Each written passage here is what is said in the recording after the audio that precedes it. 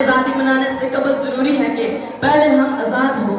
आज़ादी का मतलब है कि किसी के ताबे ना हो, लेकिन हम आज भी इन्हीं जागीरदारों, इन्हीं वडेरों, इन्हीं लुटेरों और इन्हीं बेहिस हुक्मरानों के ताबे हैं। तो मैं कैसे कहूँ कि हम आज़ाद हैं। जिस देश के कूचे कूचे में अफलास आवारा फिरता हो, जो धरती भूख उगलती हो और दुख पलक से गिरता हो, जहाँ भूखे नंगे बच्चे भी आहू पे पाले जाते हो, जहाँ सच्चाई के मुजरम भी जिंदान में डाले जाते हो, उस देश की मिट्टी बरसों से ये दुख जिगर पे सहती है और अपने देश के लोगों को जश्न आज़ादी मुबारक कहती है। वमा अलैना इल्लल बलागुल मुबीन।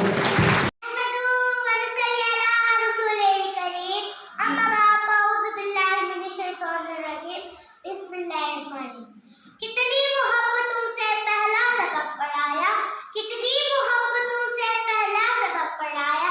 मैं कुछ न जानती थी, सब कुछ मुझे सिखाया। पहुंचा दिया फलक तक उस्ताद ने यहाँ से, पहुंचा दिया फलक तक उस्ताद ने यहाँ से। मैं वाकिफ न थी जरा भी इतने बड़े जहां से।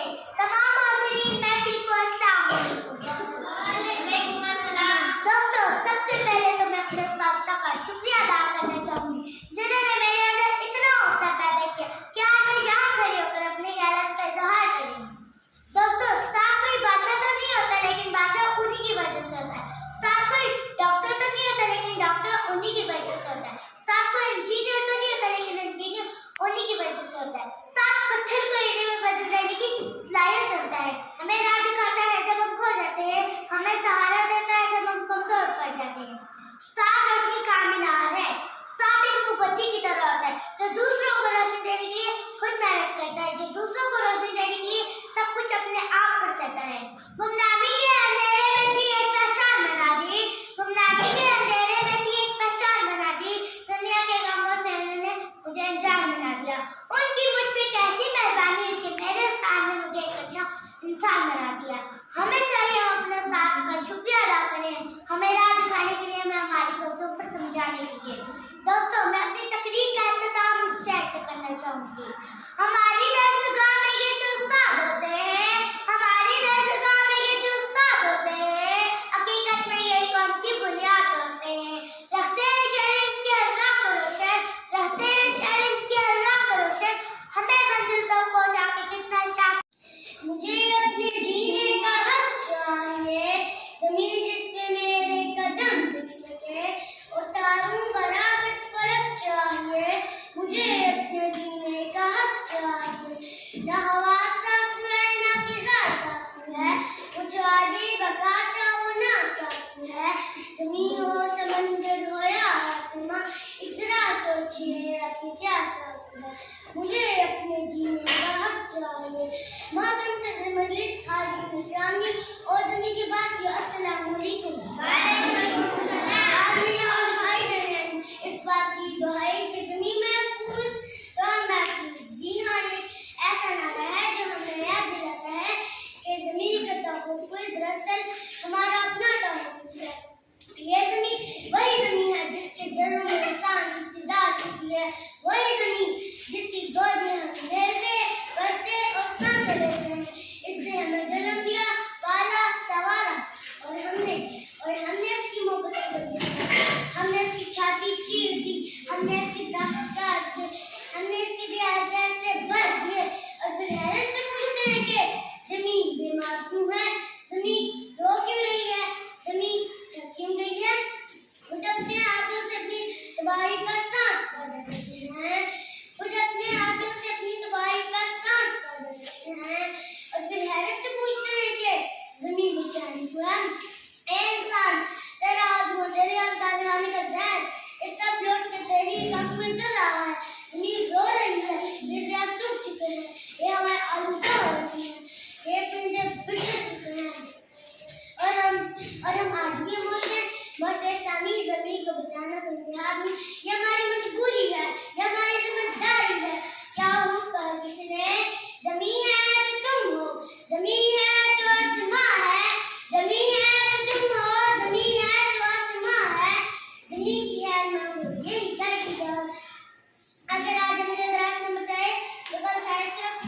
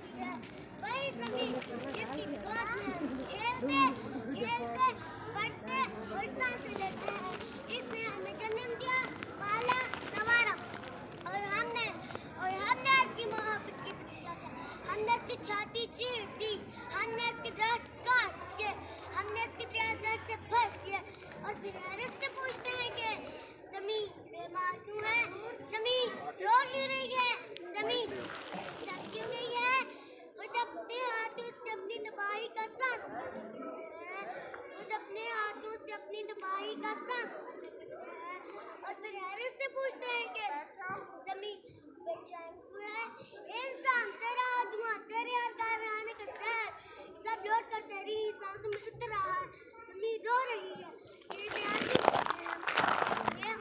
आलूदा हो रही है, याद कर रही है। और हम आदमी हमेशा बोलते जमीन ये हमारी मजबूरी है, ये हमारी जिम्मेदारी है, क्या होगा जमीन है तो तुम हो, जमीन है तो आसमां है, जमीन है तो तुम हो, जमीन है तो आसमां है, जमीन की है मांग यही कल की चाह, अगर आज हमने दबाए बिछाए तो कल शायद सब किताबों में मिलेगा, अगर पानी न बचाए तो कल प्यास अपनी खिदमत कर जाएगी, उठो तो संभालो जमीन को, क्योंकि यही जीने की खूबसूरत है, जमीन में पूछ लास्ट पेज है। शुक्रिया। This is one of the best speech I have ever heard on climate change. इस वक्त पूरी दुनिया क्लाइमेट चेंज देन के लिए इकट्ठी हुई है ब्राजील में COP30 में, और यही बातें हो रही है कि ज़मीन को हम कैसे बचा सकते हैं। रानिया आप बताएगी हमें कि वो क्या हमें सुनाना चाह रही है। Rania please be on the stage.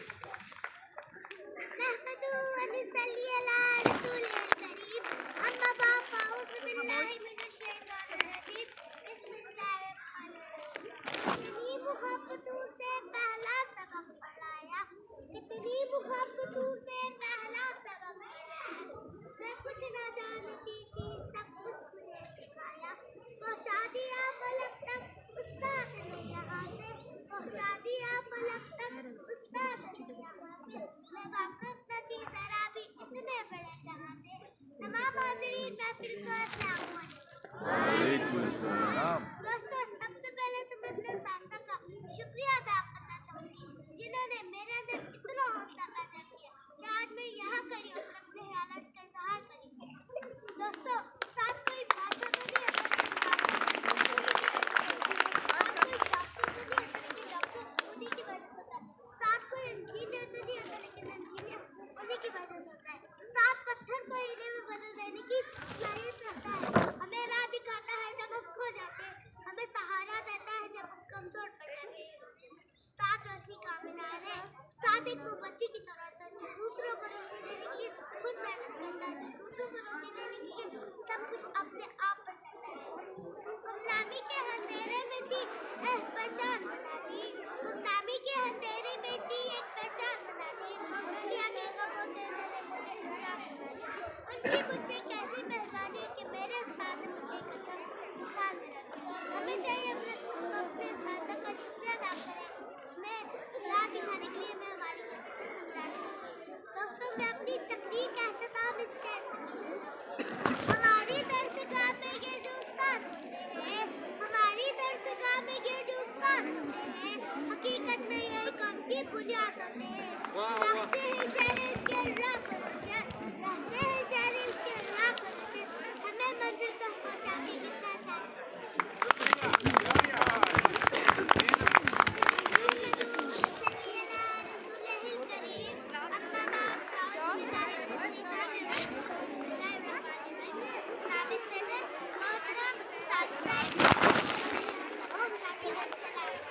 वालेकुम अस्सलाम।